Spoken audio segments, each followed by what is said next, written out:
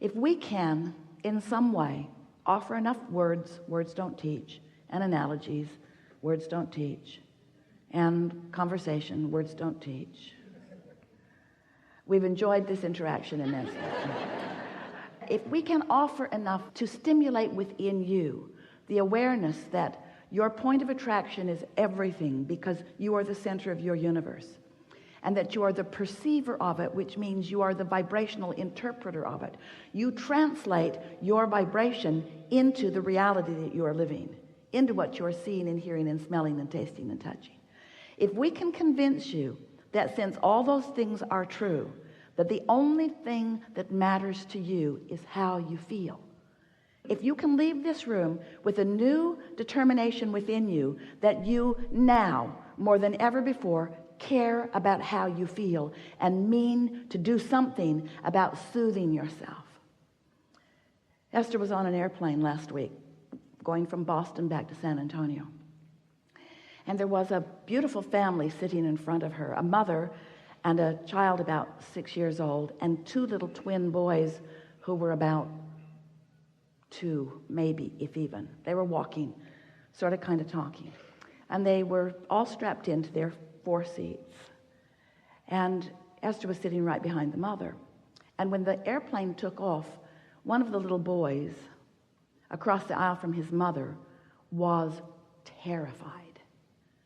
It was probably his first flight, and the roar of the engine, the sound of the machine, the feeling of it on the runway, he was hysterical. And he wasn't spoiled, he was hysterical. He was frightened. It was a new experience, and the power of the airplane scared him. His mother and the flight attendants looking right at his mother like, do not get out of your seat. Do not get out of your seat. And Esther is thinking, if I were that mother, I would be out of my seat now. So the airplane got in the air, and once it was stable, long after Esther thought it was stable, the flight attendant gave her the knowing nod, like, now that your child is out of oxygen.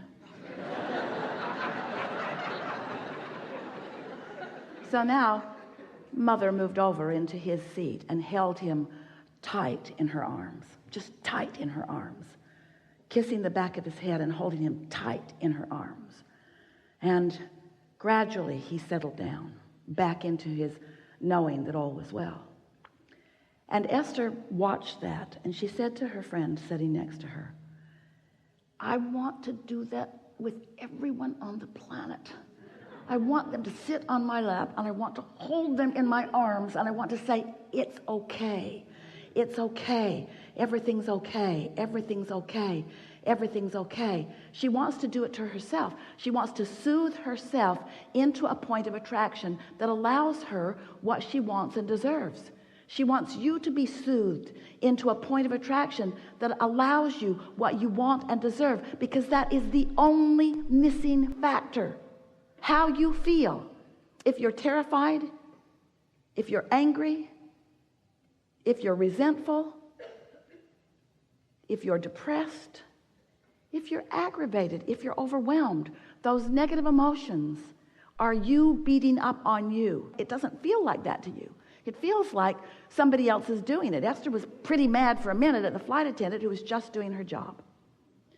But it made Esther want, with everything that she is, to just make sure that she takes care of feeling good. In other words, someone asked us the best question that has ever been asked a few weeks ago. And the question was, Abraham, how do you get rid of doubt? And we said, you get rid of it before it starts, which was so annoying. Because when you're in the middle of it, that answer doesn't apply. How do I get rid of it before it starts when I've already got it?